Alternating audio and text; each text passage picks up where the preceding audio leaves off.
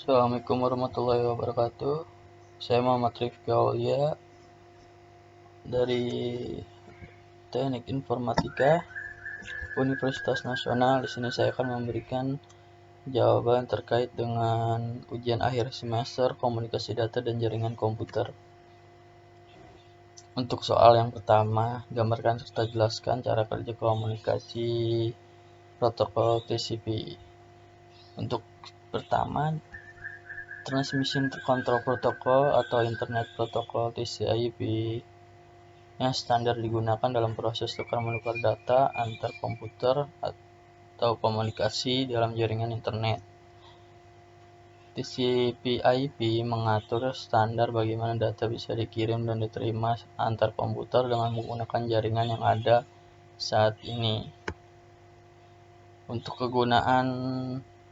Untuk cara kerja protokol TCP/IP yaitu yang pertama, data dipecah menjadi paket kecil dengan tujuan agar bisa ditransmisikan melalui media dan protokol yang sesuai. Dan yang kedua, paket akan melewati router di dalam jaringan internet. Router bertugas untuk mengantar dan menentukan rute dari paket yang dikirimkannya di dalam jaringan yang cukup besar. Paket akan melewati puluhan bahkan ratusan router. Dan yang ketiga, ketika paket sampai pada tujuan protokol TCP/IP akan bertugas sesuai tugas di divisi atau layer masing-masing.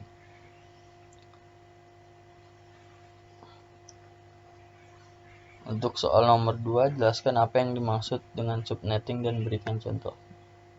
Subnetting adalah proses memecah suatu IP jaringan ke sub-jaringan yang lebih kecil yang bisa disebut dengan subnet. Setiap subnet deskripsi non-fisik atau ID.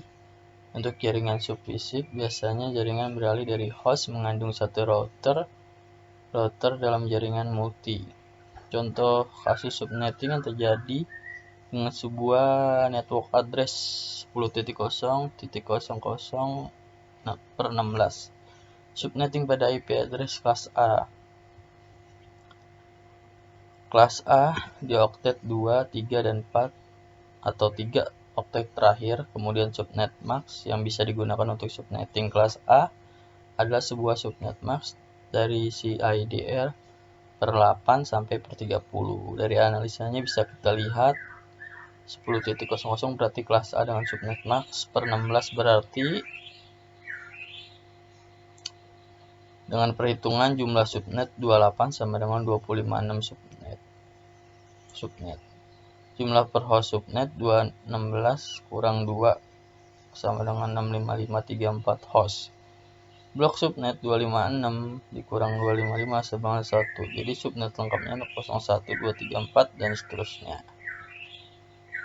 Dan untuk soal nomor 3, beri penjelasan lengkap terkait perbedaan standar Wi-Fi 802.11a, 802.11b, dan 802.11g.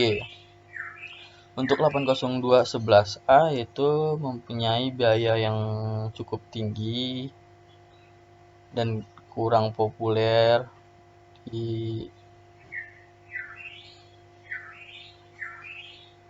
ketimbang 802.11b. Kecepatan bandwidth hingga 54 Mbps dengan spektrum frekuensi dapat diatur kira-kira 5 GHz. Frekuensi 5 GHz mengurangi cakupan sinyal, tidak dapat menembus dinding dan objek lainnya. Namun dengan kecepatan 54 Mbps dapat menghapus resiko mengganggu peralatan rumah tangga. Untuk 802.11a tidak kompatibel satu sama yang lain, jadi tidak bisa digabung. Tidak bisa. Untuk yang B 802.11b, yaitu perbedaannya dengan 802.11a, ini biaya produksinya lebih kecil sinyal bagus, kecepatan operasi rendah, dan resiko mengganggu peralatan rumah tangga dan perangkat lain menggunakan pita 2.4 GHz. Jadi terutama perbedaannya ada pada biaya dan kecepatan dari frekuensi itu tersendiri.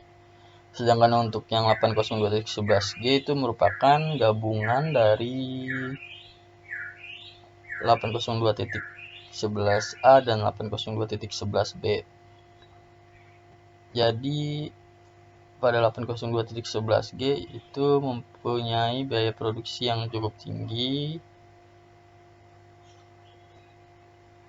mempunyai kecepatan 54 GHz. Untuk yang 11G 802.11g itu mempunyai biaya produksi yang rendah tetapi memiliki kecepatan yang tinggi, frekuensi sinyal yang tidak dapat diatur, menghilangkan kemungkinan menghalangi sinyal dari dinding, tapi interferensi dengan peralatan rumah tangga lainnya. Itu dari perbedaan-perbedaan tersebut, biaya dan kecepatan dari dapat disimpulkan. Untuk soal nomor 4, jelaskan peluang dan tantangan serta keuntungan menggunakan cloud computing. Yang pertama kita bahas adalah peluang. Jadi pada cloud computing itu kita berpotensi untuk menjadi sarana otomatis kerjasama. Ketersediaan vendor infrastruktur software berbasis web hingga web browser yang telah populer di kalangan masyarakat merupakan modal awal untuk mengimplementasikan cloud computing pada berbagai layanan.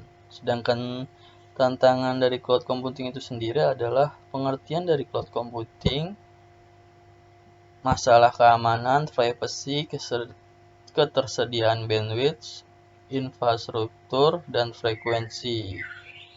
Itu merupakan tantangan yang ada di Indonesia ini. Untuk keuntungannya menggunakan cloud computing itu ada 6 ya.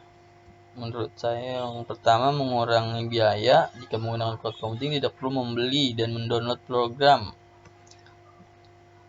Jadi hanya cloud computing itu sendiri. Dapat diupdate dari waktu ke waktu. Hardware dan software pasti akan butuh update dalam jangka waktu tertentu, mengurangi biaya. Dan yang ketiga, bekerja dari mana saja, maksudnya bisa diakses di mana saja tanpa membawa hard disk dan sejenisnya, cukup mengakses lewat cloud. Dan yang keempat, instalasinya mudah. Yang kelima, waktu respon yang lebih cepat, mengakses via cloud untuk mendapatkan informasi yang Anda butuhkan. Dan keenam, kecemasan ketika bencana alam. Jadi ketika bencana alam kita akan mencemaskan data-data kita akan hilang karena hard disk bisa pecah atau hilang atau kemana. Di sini dengan cloud computing semua aman. Tidak takut jika kita sedang bekerja tidak bisa di-save. Dengan cloud computing semua akan di-save secara otomatis. Jadi semua itu kecemasan bencana alam dan lain-lain bisa dapat dihindari dengan cloud computing ini sendiri. Saya kira sekian jawaban dari ujian akhir semester komunikasi data dan jaringan komputer dari saya. Terima kasih. Wassalamualaikum warahmatullahi wabarakatuh.